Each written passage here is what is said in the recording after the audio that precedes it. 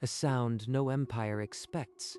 The scream of an overcharged towing engine spooling to full military power, kilometer-long cables fired from the tug's bow bit into the flank of the Vorath dreadnought like harpoons. Hold her steady, Miles.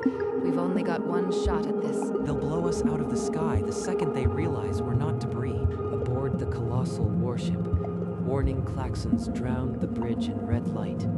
High Commander Zeleth stared at the impossible readings. A civilian tug. This is beneath my attention. Crush it. The cables locked, and the tug lurched, as if a giant hand had grabbed its spine. Metal screamed in protest. Full power. Now. And impossibly, the dreadnought, a mountain of armor and guns, lurched off course on the dash.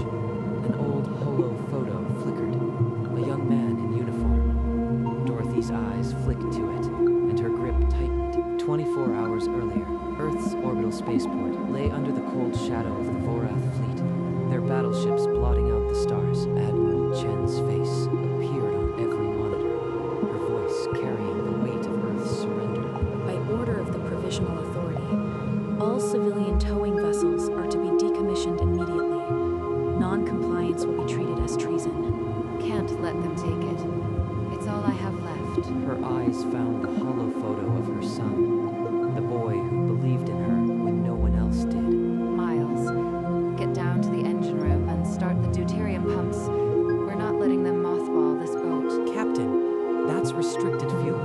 We'll be branded saboteurs before we leave the dock. Then, we'd better leave fast. Move. Deep in the tug's belly, the cold pumps chugged to life, flooding the tanks with high-energy fuel the engines hadn't tasted in decades. For you, Danny. This time, I finish it. In the engine room, Miles froze. The old asteroid hauler's power core had been replaced with something far more dangerous. Captain, this isn't a refit. These are military-grade compression coils. Where did you even get these? Old contacts from the war. They owed me a favor.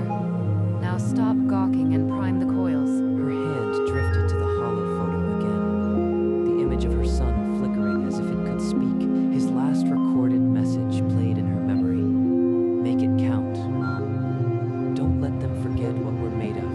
He knew the war wasn't over. Neither is mine. The prototype engine thrummed to life, a deep vibration that rattled the deck plates and made the lights flicker. It'll hold. We built tough in my day. And if it doesn't, we're the brightest fireball in the sector. The gauge needle crept into the red, but Dorothy's head on the throttle never shook. High Commander Zeleth's voice rolled across all frequencies like thunder over the spaceport. Surrender all remaining military vessels immediately, or this world will burn as an example to the next. He thinks we're broken and beaten. That's his first mistake, Miles. Strap in and seal your visor. We're leaving right now. She slammed the ignition override.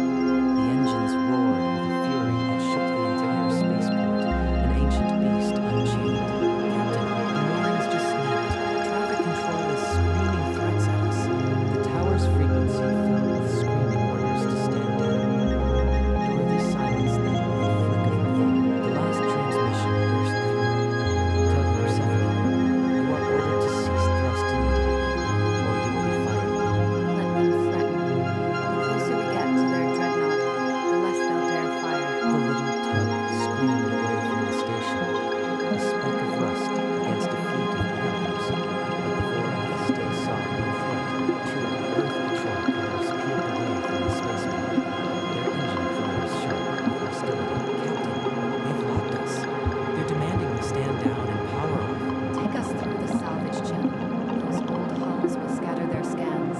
The tug dove through a graveyard of gutted freighters, the patrol ship's warning shots splashing against rusted armor. They're saying they'll fire on us if we don't comply, Captain. This is bad. They won't risk hitting a civilian HAB module on the other side of that debris. Keep your head. On the Dreadnought's bridge, a tactical officer reported the pursuit. Zeleth's eyes never left the main holotank. A rogue vessel playing chicken with its own fleet. Leave them to their chaos. We have a planet to subjugate. Dorothy's crosshairs snapped to the Dreadnought's core engine signature, the targeting computer whining in protest at the mass. In the cockpit, the forward viewport filled with the dark, angular hull of the Vorath flagship, impossibly huge. The tug's harpoon cables fired with a deafening shriek, their magnetic heads punching through the dreadnought's weakened plating like hot needles. Cables locked, Captain. The hull's biting back, but we're in. Give it everything, now. She slammed the throttle past the red line, and the prototype engine answered with a bellow that rattled the bulkheads. On the dreadnought's bridge, alarms howled as the ship's inertial dampeners fought a new, impossible force. What is that? A tug. Impossible. Sever those cables immediately. 4 Wrath technicians targeted the tethers with cutting lasers, but the high-density alloy shrugged off the beams like candle flames. The dreadnought, weighing millions of tons, shuddered like a beast in harness and began to drift. Unacceptable. Destroy that insect before it makes a fool of this command. But the tow had begun, and in the tug's cockpit, Dorothy's flinty grin finally surfaced. From the dreadnought's flank bays, a swarm of Vorath interceptors boiled into the void, their cannons spinning hot. Captain, multiple bogies closing fast. They're painting us with targeting lasers. Keep the cables tight, the power grid steady. A little shooting won't stop this tug. Green bolts slashed across the tug's shields, the first impacts throwing sparks through the cockpit. Shields at 60%. The engine's drawing too much. If I don't reroute, we'll cook the reactor. Miles slammed bypasses and shunted coolant from life support to the coil banks, his hands a blur on the console. On the dreadnought's bridge, Zeleth watched his gunners hesitate. Every missed shot risked hitting their own hull. You fear scratching the paint. Fire the main batteries. Obliterate that net. A particle beam sheared past the tug's starboard flank, close enough to ripple the hull paint. The ship groaned. They're getting nervous. A nervous empire makes mistakes, and that ship's already sliding. Hold course, Miles. An encrypted channel crackled open. Admiral Chen's face filled the forward screen, hard and unyielding. Dorothy Vance, you are committing insurrection. Power down your engines and prepare to be boarded. This is your only warning. Dorothy didn't reply. She reached up and killed the channel with a flick of her thumb. You don't get to call us traitors when you've already sold our world. Chen's voice snarled across the fleet-wide band. All units engage the tug Persephone. I repeat, engage. Use of deadly force is authorized. The response from the Earth cruiser Resilience was immediate. Negative. That is a civilian vessel. We will not be your executioners, but the engine's core temperature blazed past crimson. Miles's hands flew to the emergency systems. Captain, the coil banks are going critical. I am losing containment. Shut the reactor. Pull it directly into the primary dampeners. The bias tunnel. Miles initiated a bypass that flooded the overheating core with liquid nitrogen, a gamble that could either freeze it solid or shatter the containment. Amid the coolant vapor, Miles spotted a hidden panel behind the bulkhead, its casing stamped with the Earth Research Division crest. Captain, this engine wasn't just upgraded. There's a clandestine module here, military grade, with Chen's department markings. I never authorized that.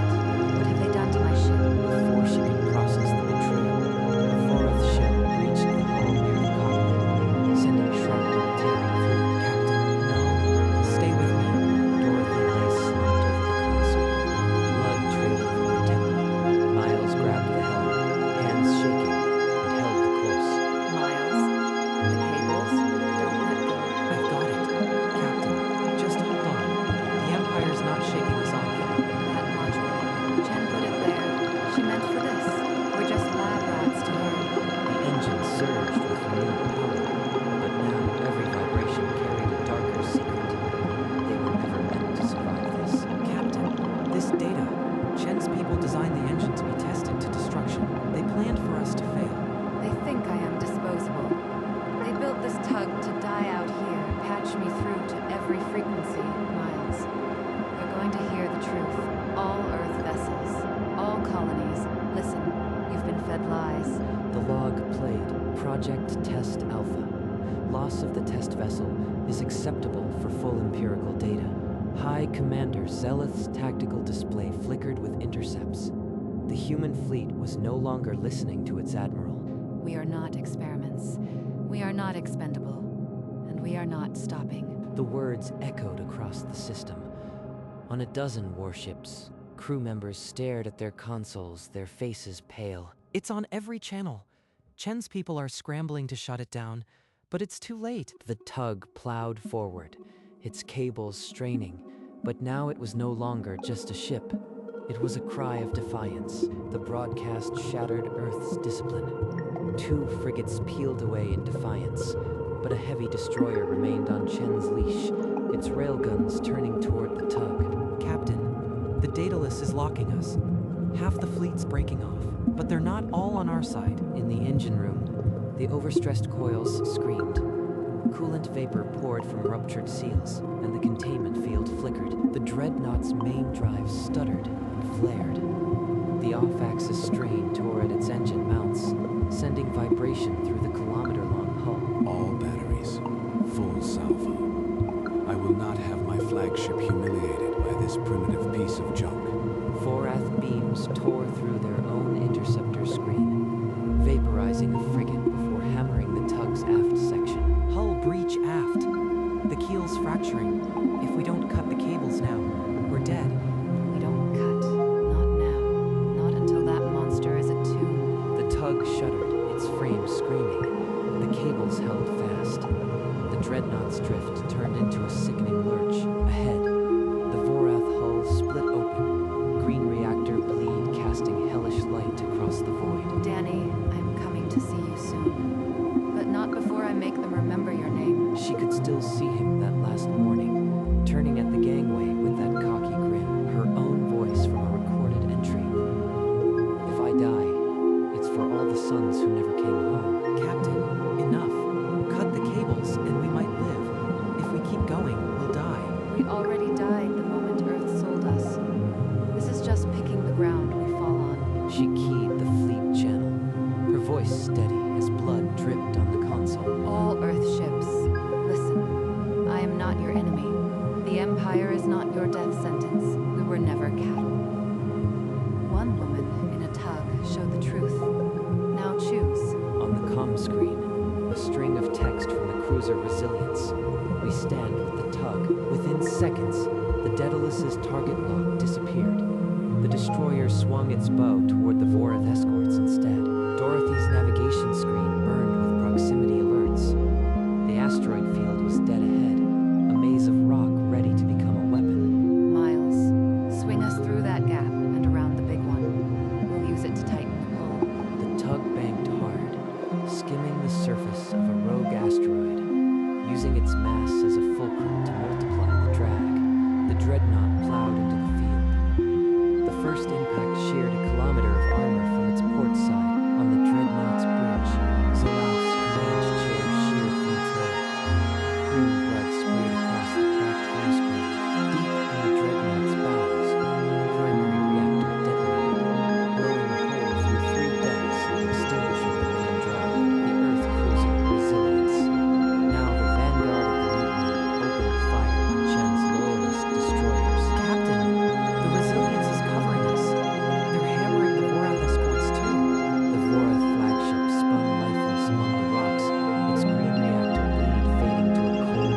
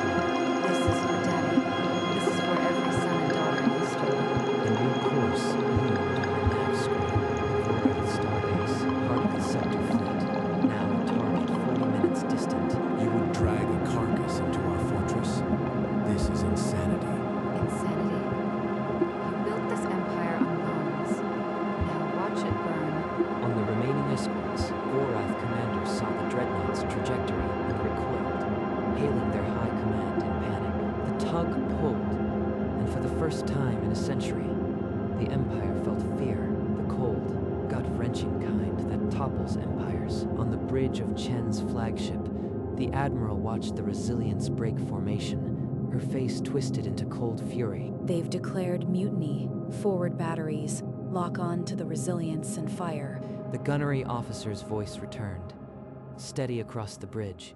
I will not fire on our own people, Admiral. You will obey, or I will have you shot where you stand. The Marine detail behind her didn't move. Instead, the first officer stepped forward and nodded to the security chief. Then the intercom. Admiral Chen is relieved of command.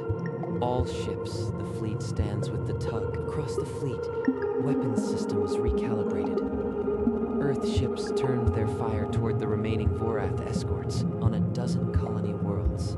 Civilians gathered around monitors, watching the live feeds. A child pointed at the tug's image and whispered, "Grandma." In the shaking cockpit, a comm light blinked. Dorothy's cracked lips moved, but no sound came out. She just watched the screen and kept pulling. Danny, we're not alone anymore. The starbase loomed ahead, a sprawling fortress of metal and light. Dorothy did not blink. She aimed the dreadnought like a spear. Just before impact, Miles shouted, but she only pushed the throttle further. Her bloody hand welded to it. The dreadnought punched through the outer docking ring like a meteor. Then its reactor core found the starbase's fuel reserves. The explosion vaporized half the station and sent 1,000 ships scrambling. The Vorath Empire's grip on the sector shattered. In the shockwave, the towing cable snapped, throwing the tug end over end into the debris field. Captain, answer me. No. He dragged himself to her, but she was slumped over the throttle, her white bun matted with blood. The engines cut out. The lights died. Outside, the remaining Vorath ships turned and fled into hyperspace, their icons winking out one by one. Silence filled the cockpit. The only sound was Miles's ragged breathing and the distant crackle of dying fires. She did it. She actually did it. A rescue shuttle with medical markings banked toward the drifting tug, docking thrusters flaring. This is Tug Persephone. We have a casualty. Captain Vance is down. Please answer. Rescue workers used plasma cutters to peel away the buckled hatch. Sparks showered the dark interior. They found Dorothy slumped against the console, hands still gripping the throttle. Miles, wounded, refused to leave her side. A news hologram flared. Admiral Chen relieved of command. Fleet declares for the tug. Leave feeds showed the burning starbase and the tug, smoke blackened, still in one piece.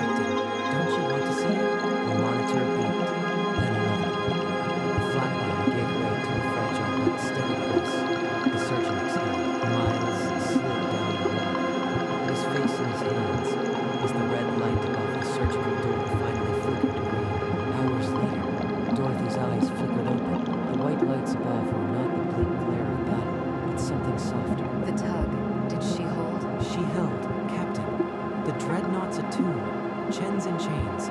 It's over. A small, tired smile touched her lips, the first since she had climbed into the cockpit. Good. I want to see her again, my old tug, when I can walk to her. Later, in the quiet of recovery, a technician found a sealed log entry recorded before the mission. Dorothy's voice, calm and steady. If this mission costs my life, it's a fair price. He'd understand. Captain, they found your log. You really thought you wouldn't make it? I didn't. But here I am. Funny how that works. She closed her eyes, and for the first time in years, the deep lines on her face softened. Months later, Dorothy stood before the memorial. They'd set her tug on a pedestal, scorched and proud, for all to see. She climbed the short steps and ran her hand over the worn pilot's seat, still smelling faintly of ozone and old oil. On the dash, the old hollow photo still flickered, a younger Dorothy in the tug, preserved by some small mercy. She ran her fingers over the engraved plaque at the base, the pull that broke the chains. Then she walked to the quiet cemetery beneath the old oak. Her son's headstone waited, clean and sun-warmed. She knelt and placed a small model dreadnought on the stone, a child's toy she'd carried since the war. You said make it count. I hope I did, Danny. I brought you the victory. The wind stirred the oak leaves, but the silence was not empty. It was full of peace. She stayed a moment longer, then rose, her hand brushing the stone one last time. The old woman walked away, her shadow stretching long over the grass, the tiny dreadnought glinting. In the years that followed, the story of the old tug became legend. A generation of engineers, born in the shadow of the Empire, saw what one old boat could do. They designed tugs with engines like caged suns, built to harness impossible loads. Dorothy watched from a window, a thick coat around her shoulders, her flinty grin returning. They'll go further than I ever did. Good. On a distant spaceport, at sunset, a new tug rose under the gantries, its cables already glowing faintly with promise. And the old woman, the chainbreaker, sat back, knowing the galaxy would never look at a tug the same way again. The sun bled orange into the bay, and the stars, for once, seemed close enough to touch. She closed her eyes, and in that quiet, she heard her son's voice not as a farewell, but as a welcome. The pull that broke the chains had built a new dawn. The Empire had believed they could never be moved. They were wrong. Victory did not come from a general, a politician, or a weapon of mass destruction. It came from a woman who had already lost everything, who decided her grief would not be silent. She did not demand revenge. She demanded a reckoning